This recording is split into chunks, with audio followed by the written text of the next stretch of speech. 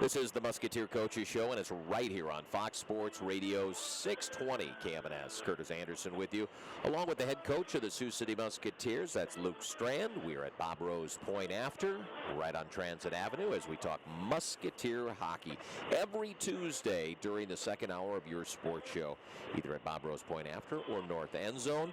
We'll talk all about the last two games, a great Saturday night with Pink in the Rink, and then we'll talk about the two home games coming up this week. Friday night is the Chicago Steel, a rematch of the Clark Cup final. In fact, I believe that went 5 games, so in honor of that. 5 games OT. 5, yeah, and it was even more than 5 games, wasn't it? But they're going $5 for tickets on that one. It'll be in the green and gold sections. Green and gold sections, $5 tickets for Friday. Saturday, the Musketeers will host the Tri-City Storm, and that will be $2 beers and $2 sodas for that one. So trying to get some good deals for the whole family outside of the beers, you know. And that's probably a costume wearing. Costume wearing. That'll work. That'll work. Let's jump on this thing, though, because this last week we'll go game by game. The Friday game was the Waterloo Blackhawks. The Musketeers came up short 4-1 against Waterloo. And if we backtrack to that game, the one thing, and I think I was in some specialty meetings, and I was listening to you, and I asked you about the team goals and everything in between, and this thing came up called special teams. Special teams were a big factor with you on that one. And it was a big factor in the game, obviously. You know, it was. I think there's twofold to that. And one is starting the games the way we have. We've taken shorthanded minors, putting us on the kill early in games, which young group, not ideal. I think a talented team in Waterloo, no doubt, but it came with warning, and personally, we didn't adhere to the warning, and actually just the way it happened came with warning. Shot, screen, rebound, tip, touch. Boom. So that was disappointing too. It's 2 4-on-5 goals and a 4-on-4 goal. So those moments of truth, I think, are things that we as a group have to work on. Just for one, keeping ourselves out of that spot, but knowing full well you're going to be take advantage of what you need to. At times, especially that first power play goal, it was late in that power play. Everything was going okay until it didn't. Yeah, I mean, there's been we've had. There's not a lot, well, except for one. It was Tri-City where they scored early on the power play. Outside of that, it's like there's 30 seconds left. Yeah, or less. And so I think we've had that part going on. I just there's a way to get out of this rut. One is discipline on the 5-on-5, not to go short, but then more importantly, like just making reads, making clears. Like 2 of the power play goals they scored on the weekend against us, we tried to clear the puck twice before they scored.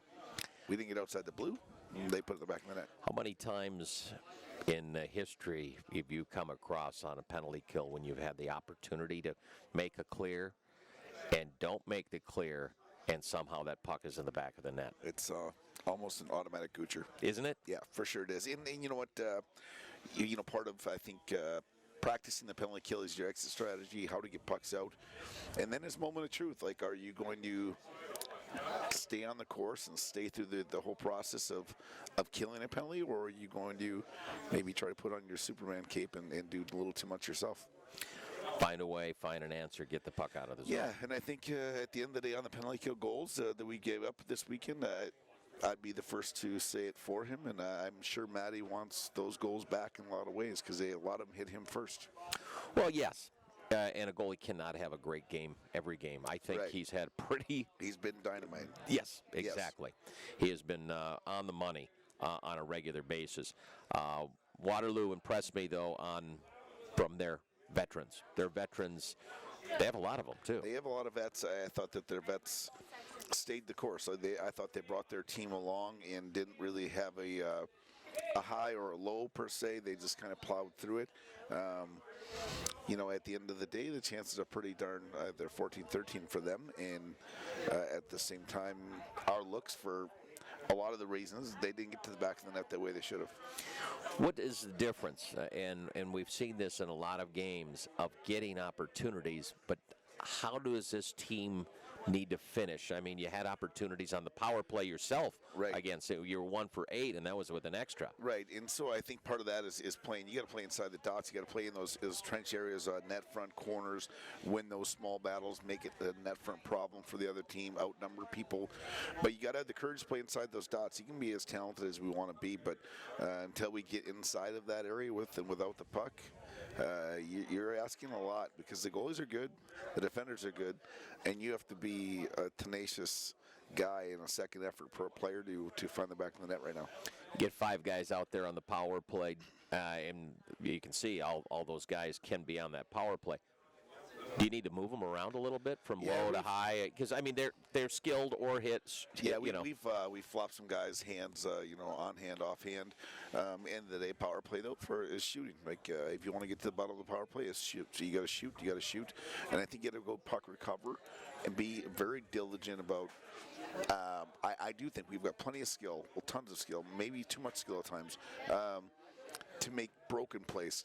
Like get them running around, get them in pressure, find the seam that we can find, and make that play because we do have the skill to make that play. But you have to shoot to make things break down. Recover that puck. That's how teams have scored on you on the power play. Every one of them. Yeah, it's kicked one side.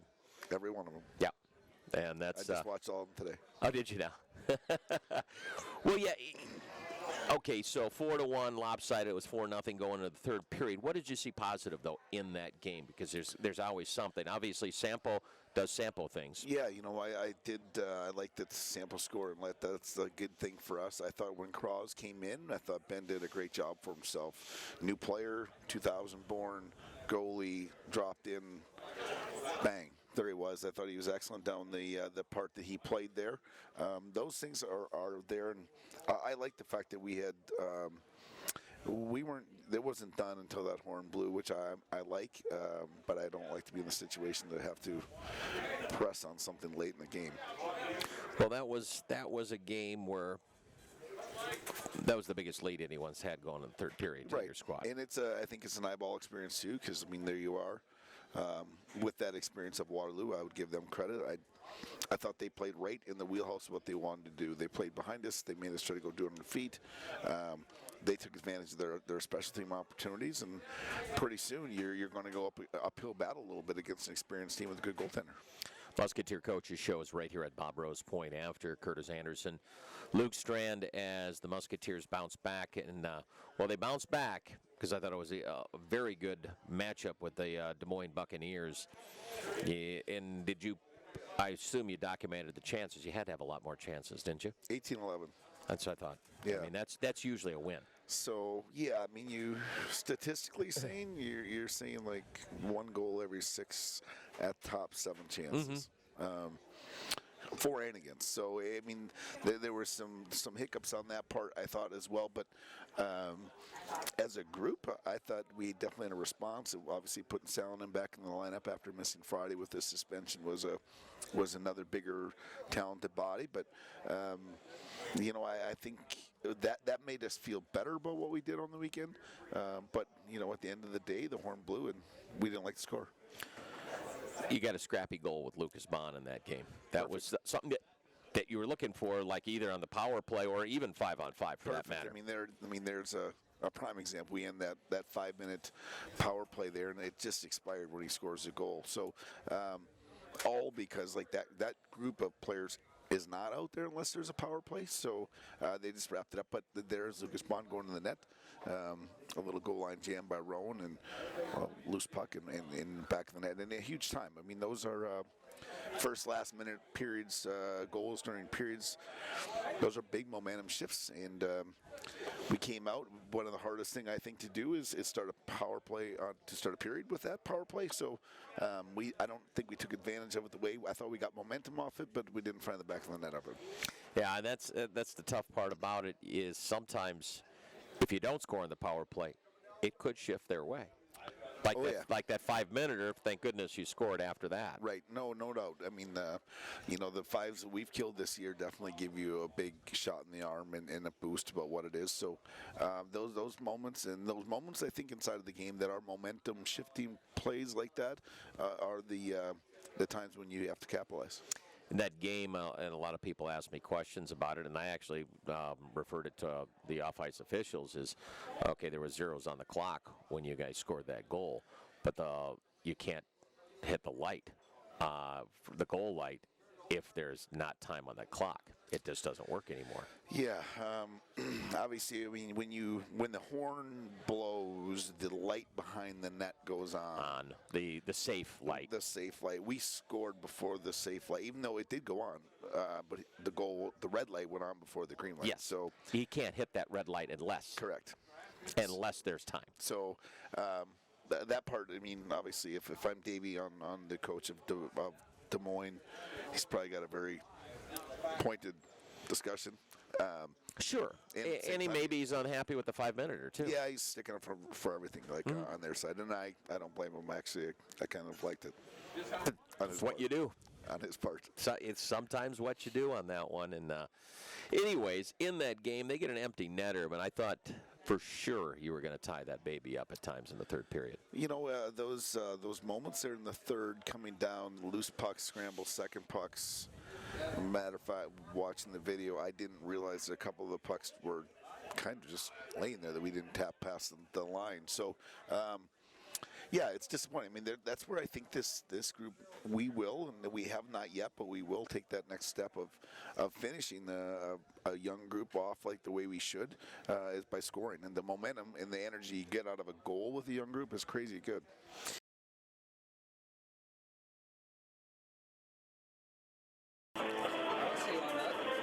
Musketeer Coaches Show is right here at Bob Rose Point After. Curtis Anderson here with the head coach of the Sioux City Musketeers. That's Luke Strand.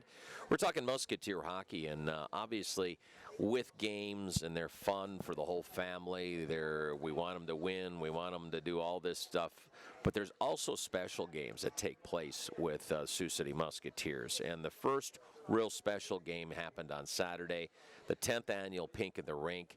The Musketeers have, along with Susan G. Coleman and Unity and St. Luke's, have raised over $450,000 through 9 years. And they don't have all the tallies up. Just the jerseys alone this year, $24 grand. And it is an awesome deal. I just applaud it because it's a guaranteed awesome night. It is. You know, it's a special time. I think families, reflection, timing, the purpose of the whole event is so deep.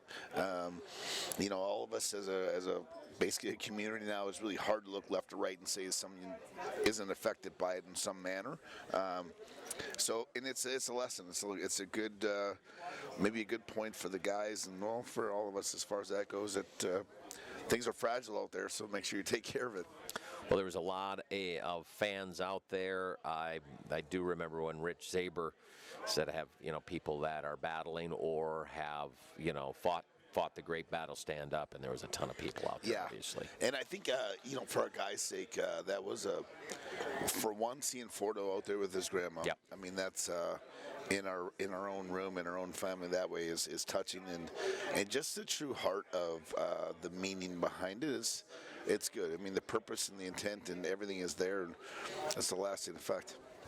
Yeah, it was. If he didn't make it, it was Parker Ford and his grandmother, who has been cancer free for I think 3 years. Yeah, or they something drove like up from that. Florida. It was Awesome. a sweet story, and she got to see her boy, her grandboy. So unfortunately with a broken wrist, but at the same time, closer to playing than not. I think a lot of families had fun at this one, even from the pink light display to everything else that transpired on the ice, pink everything.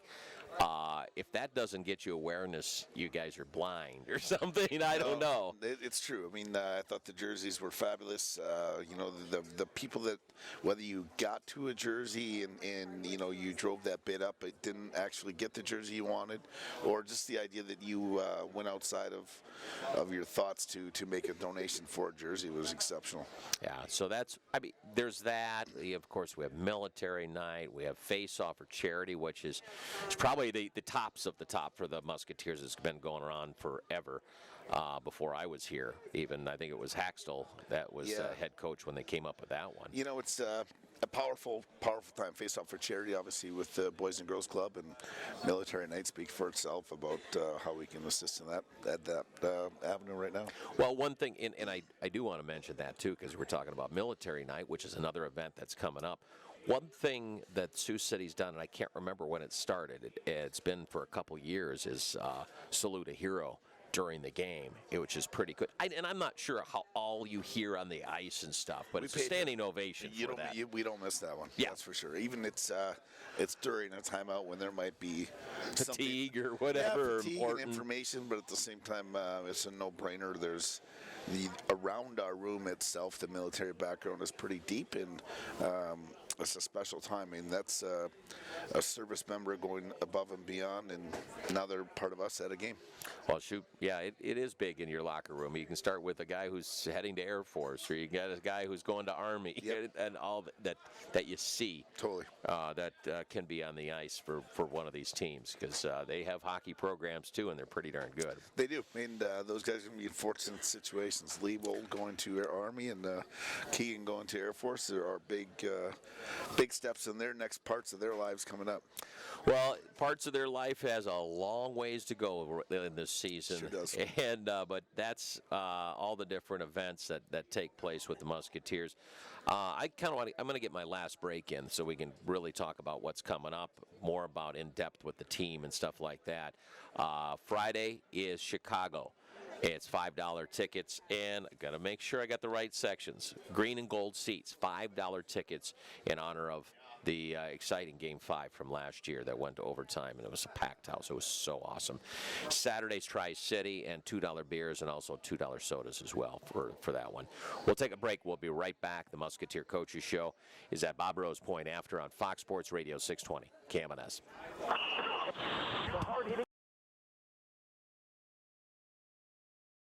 Curtis Anderson along with the head coach of the Sioux City Musketeers, Luke Strand. We look into the weekend.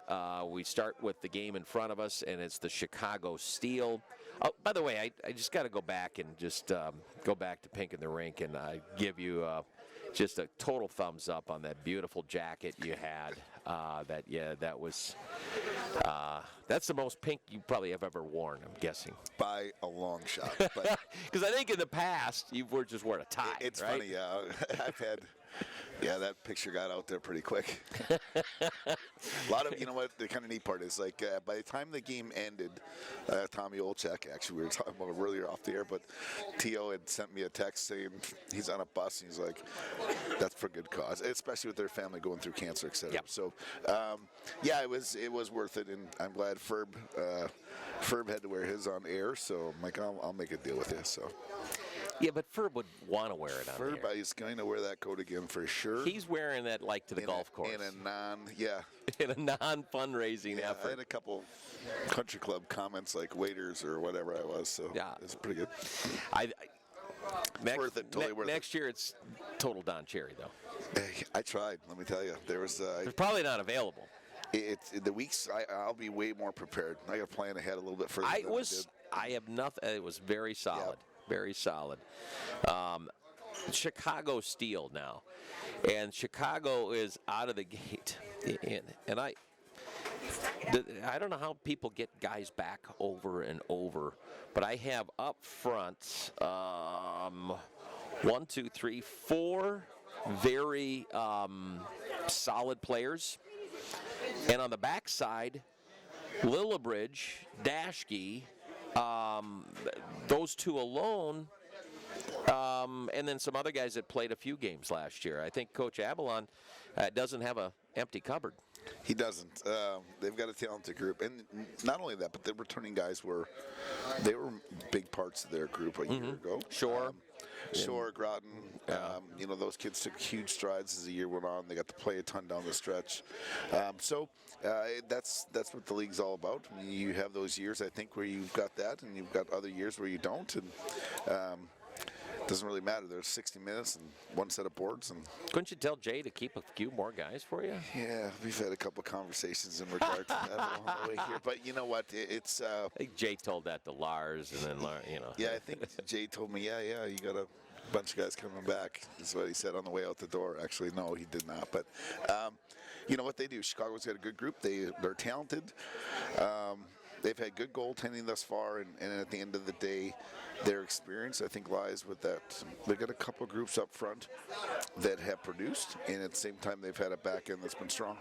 I think people will have to look at that Jack Dugan as probably their top player, correct? Jack Dugan, special player. I mean, did he get drafted? I think he's been drafted. Vegas, 5th round. Yeah. And this is his first year in juniors. He got 8 points in 5 games. That's pretty good.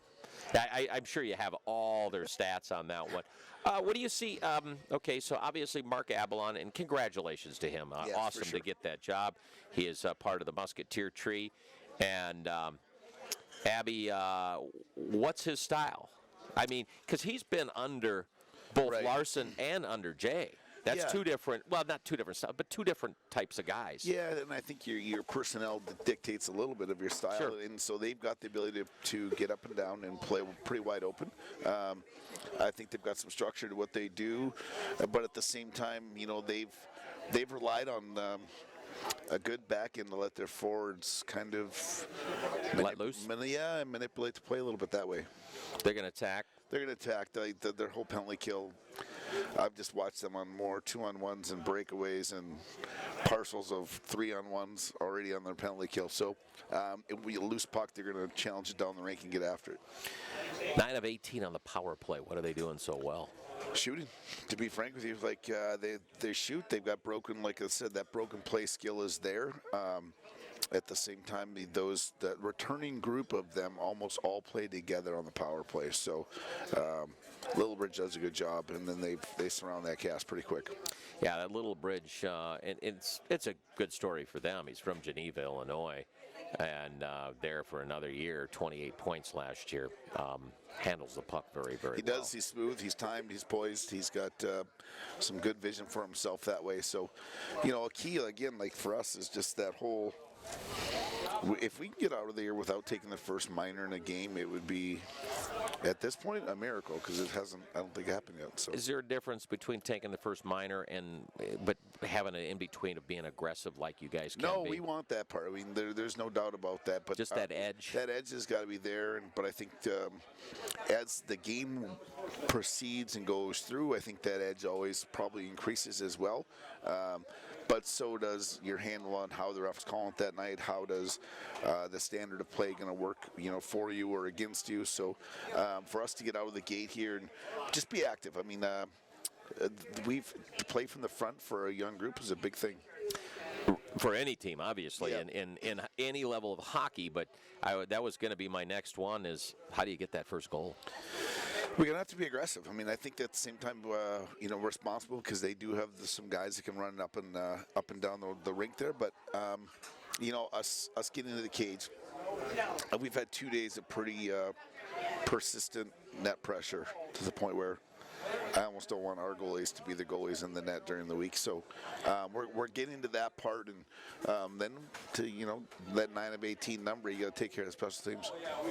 Everything possible. And we've seen at times you guys do a nice job of blocking shots. Yeah, we've done that part. I think, you know, one, to get a face-off win off the first draw, get it clear, and then I have liked our up ice pressure. I have liked our entry denial. We probably have struggled the most off a face-off. And who's your top face-off guy? It's been up in the air. Everyone's like, we've got 4 guys at that 40, like no one's blown it out of the water. Matter of fact, Fawcett's done some of our most winning of face-offs. That was the guy I was going to bring up because I've noticed him. Yeah, Foss can win some draws. He oftentimes tries to win them, and instead of not losing, instead of not losing, which is on a face-off there on a penalty kill, is a pretty big part, just not to lose it clean. How often do you guys work on face-off? Pretty much 3 days a week. I mean, it's small groups. It's kind of funny because I think not a lot of people pay attention to it, Coach, but huge. Yeah, timing, and I think just just getting your. Is it using their skill set and their imagination, or is there a purpose? Oh, there's a vision. I mean, you've got to see the hand of the ref. That's one. Two, you don't need to win the whole dot. You need to win half of the dot. And then three, you've got to know your opponent. Like pretty much every week we go through the opposition centers and what they're bringing to the table, how they win their face-offs. And so I'm hoping that as we continue, this is the first experience for a lot of our players to go through that much prep for it. So it's something we got to continue to build on.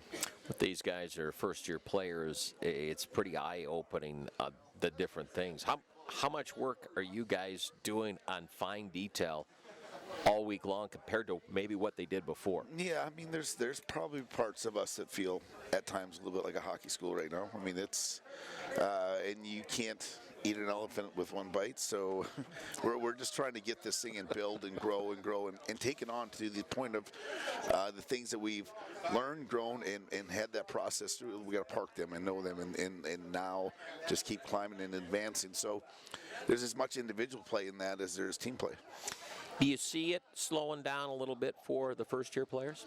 I do. I wish I could see it better offensively. Quite yet. We haven't seen that part. I've seen more alertness without the puck for sure grow, but at the same time, the offensive side of this, that's the part that needs to slow down and get their eyes up earlier and find out that you don't have that time to dribble anymore. There's no breakout go. Yeah, there's no more one extra handle. It's already released. And if you can get and stay on that, which we constantly seem to harp on, but at the same time, they've got to feel it. And once they feel the success of that build, then that's part of it too. They want the perfect shot instead of a shot off. You don't get to shoot from the ladies' tees all the time. That's just how it goes. And a lot of their guys, as better players throughout their career, that's where they've got to be at. So, and shooting for seconds, there's been some rebounds there for the last couple of games, in my opinion, that we have not taken care of. So that's somebody getting there without the puck. I remember in particular, it was probably Saturday, obviously, because Salonen was playing. He didn't get the best shot off. He got a shot off. It was a bouncing puck. He didn't have time to control it. Yep. And it got to the net, Flopped and then around. Yep, and it flopped around. And it's interesting that you have to do that. You do. These guys are too fast. They're too fast, and you know what? I think the twofold. I mean, goalies nowadays are just good. They're flat out. They're just better with their puck management, how they put a puck, where they put the rebound. So if there is an errant rebound, look at Des Moines' second goal. Like they're a little late there, comes screaming in and dives and slaps in a loose puck that totally went off their guy's back of their shoulder to the point where I'm sure Matty didn't quite know where it was. So little things, ugly goals are beautiful goals. There's no column for them. It just says goals.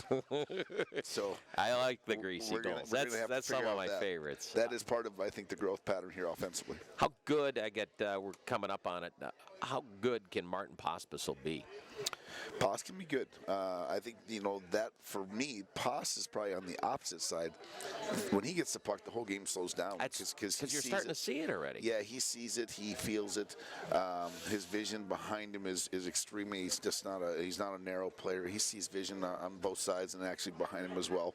The thing for Pos is going to be now. Can we be deliberate with these things too? Like, can we figure out pressure points of the other team? And he's got to shoot, because pretty soon, if someone pegs you as a passer, the threat of you shooting is gone. I mean, you look back at the old day, like Jordan Schwartz, when Schwartz was in this league. Like, Schwartz was not supposed to be a shooter. He was supposed to be a passer. But once he started shooting, watch out, he'd get goals, and all of his passes were open again.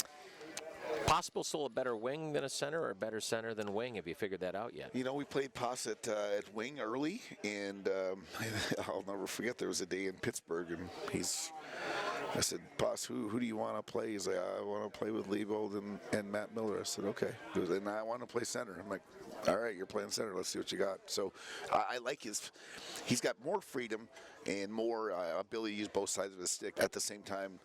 That obligation to go 200 feet, both offensively and defensively, that's a nuance for a lot of the guys, and especially him. Yeah, especially on the defensive side of things for Totally a lot of these high scorers guys. Correct.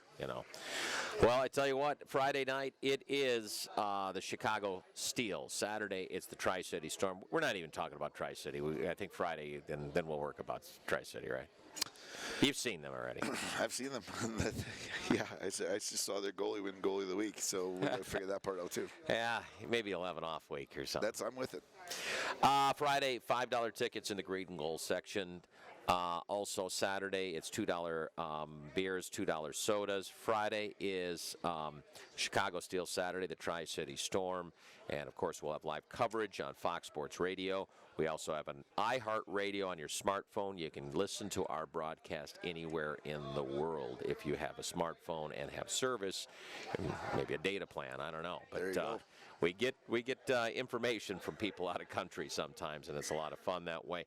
Hockey TV is a great thing as well to check out because you can watch the video along with the broadcast and everything in between. So that is coming up both Friday and Saturday. Maybe someday we'll hit another road trip again. You know what? That's okay. We need to take care of this homestand right now, and that's I think our next road game is Sioux Falls maybe, which the more home we can make that place feel, the better. So yeah, we just got some ground to cover here, and really game by game to your point. And I know Chicago's talented. I know Tri-City's talented. This year, there's a ton of talent in the league and parity. So we're just gonna have to do our part. Come up. 2 points and then 2 more points. And be there when it counts. That's how, as we proceed here, just keep growing. Coach, good luck. Thank you. Luke Strand, head coach of the Sioux City Musketeers. That does it for the Musketeer Coaches Show on Fox Sports Radio 620. KMNS, Sioux City.